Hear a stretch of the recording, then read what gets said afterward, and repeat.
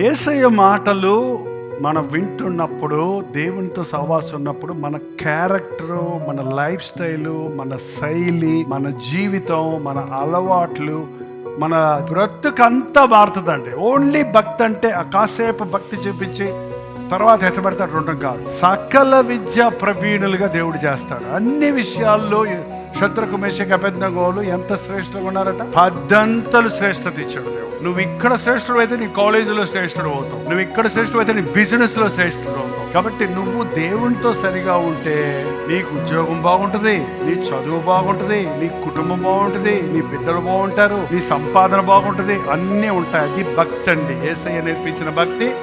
It's not a religion, it's a life style.